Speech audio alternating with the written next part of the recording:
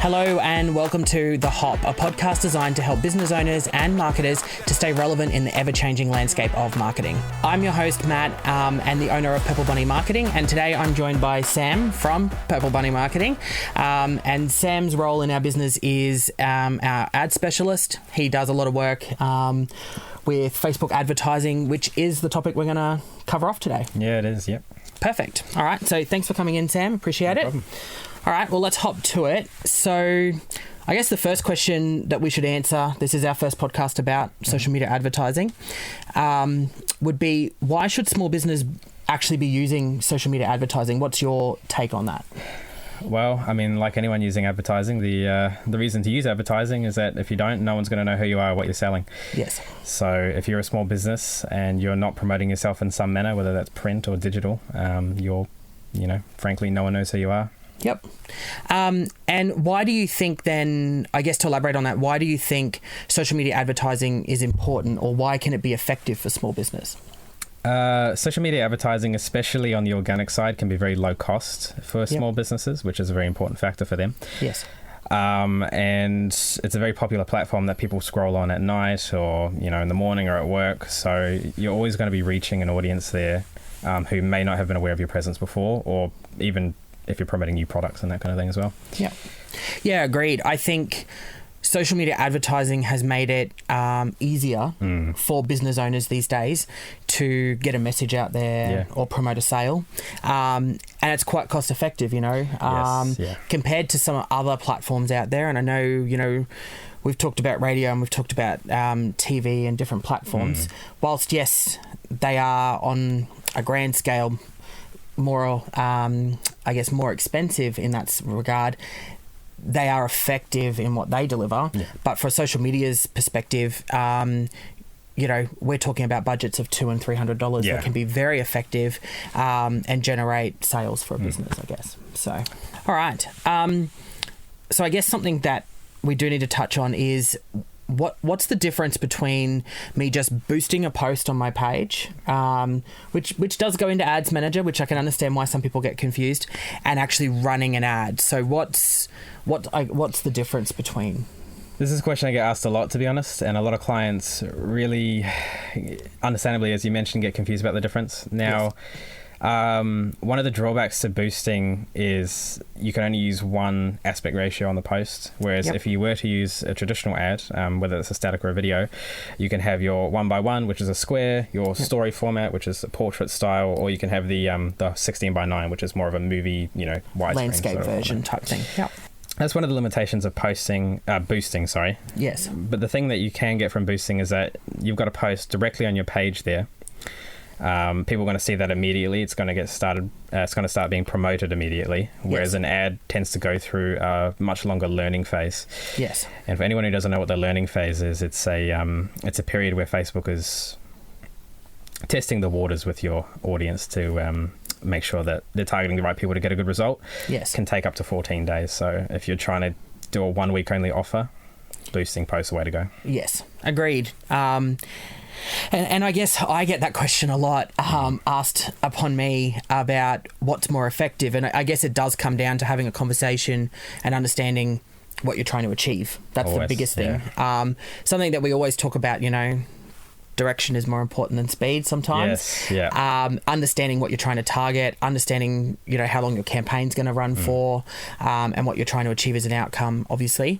I guess the other thing that people get confused about, or, people who are new to the platforms and don't necessarily understand the advertising side like we do, is they can't see their ad on their page, and they sometimes get confused about it. But basically the way the ads works in the background is it runs the ad. It's not actually sitting on your page. It gets delivered to people's feeds using your brand, so it does attach to your page in a sense, and there is ways that you can see those ads through different tools that Facebook provides in the background. But I guess that's another thing I get asked a lot, especially amongst the small business community who don't necessarily understand the platforms 100%. And let's be real, it can be confusing even for us. Sometimes things get changed or moved, and we go, wait, that used to be there and now it's somewhere else. So I think that plays a part as well in understanding the difference there. That's exactly why we send the preview links to clients. That shows you all the placements. Yes. So helps people understand. Yeah, and I think that's important as well as an agency, that we help educate people about how to use that platform and what it does. Agreed. So, all right. So another one. And, you know, we've got a lot of clients that we work with in different spheres, and some work, some use them, some don't, some hate them, some love them, some it's a hard one. But Facebook lead forms. Yeah. What's your take on them? Do they actually work? Because that is a question I get asked a lot. So like anything with marketing, it just depends what your goal is and what industry you're in. So if you were a gym, for example, yes, lead forms are a great thing to have running constantly in the background, and also for offers. Yes. But if you're a smaller gym who can't exactly afford the budget to do that all the time, I would save the lead form for offers and then use a click campaign to direct people to a site. Yeah, I agree. I think lead forms are great, but if you don't have an actual strategy or process in place to handle that lead when it comes through, then you take 2 to 3 days to respond to it, that person has potentially moved on to another business that responds fast, or another business that may not be running a lead form but has all their answers on their website. Yeah. So I think if you are going to run a lead form, having an effective communication plan in place afterwards, whether it's automated email responses, text messages, you know, for example, something we run for our business, and we've fully automated that process, is we do run Facebook ads, and we run lead forms. And as part of those lead forms, when someone submits, they're greeted with an automated email that basically says, you know, let's hop to it, book in now, book a time to have a discussion about what you're requiring and how we can help.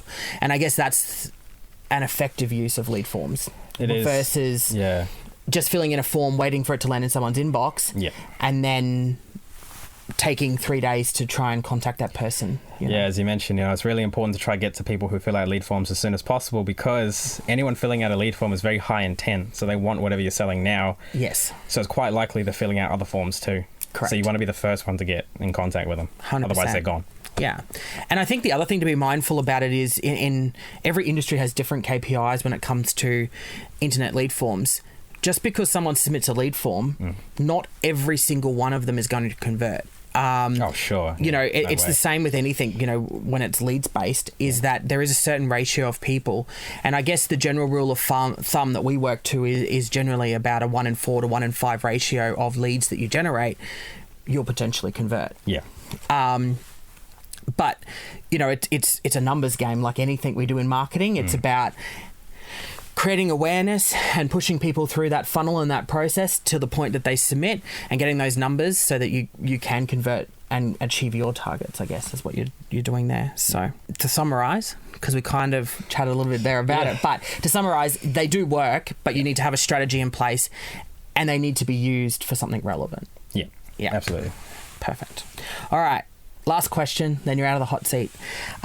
So what are your quick tips? Say I'm a small business owner. What would be your quick tips for a small business owner to get in there and run a successful ad campaign for the first time? Well, the first thing I do is probably read my blog post on the site that I wrote a while ago, detailing difference between certain campaign strategies. Yes, good plug. I mean, it really comes down to the research, right? So, you know, if you're not quite ready to consult a marketing agency like us or someone else, for example, there's tons of resources online that you can look at to help educate yourself better on Facebook. And once you've, you know, read about all that, you can hopefully come to a better decision about what type of campaign you think would work best for you, whether that's awareness, which is something that I think a lot of people overlook because it doesn't have an immediate conversion or outcome, or it's click or leads. You know, it really depends on the industry. And that's something that, you know, whether you're a small business or not, is something you're going to have to research if you're not willing to approach an agency to help you out. Yes. Agreed. I guess from my perspective, the things that I would say is, one, always test. run something and test it for a couple of days. Obviously, we understand learning phases now are growing. Sometimes it can be up to 14 days. Sometimes it can be 7 days. It just depends on what you've set, I guess, as your targeting and how quickly the AI can get to that position to understand it. So my biggest thing would be test. Start small. Use a small budget to kind of test the waters and see what works. And don't be scared to get in there and change things and test things. Just remember, though, that the more you change, the more a campaign pushes back into learning. So you want to try and keep your changes minimal and let your campaign at least get out of that learning phase before you try and run those sorts of things. I think that's another thing that we see quite commonly that owners run when they run their own, is that they keep changing it because they don't feel it's working. The problem is it hasn't had enough time to get out of its learning phase. That's right. Which resets it. It does. And another thing people really get caught up on is the audience targeting as well. Yes.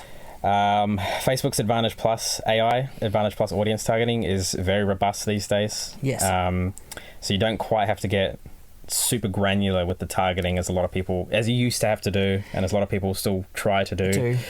You still want to think about your demographics and your locations, but beyond that, Facebook knows our people better than we do. It knows our people. It's got all the data. We don't have the data. Facebook's got the data. We just tell it what to look for, Yes. So that's the important thing, Yeah, 100%. Trust the tools. Yes.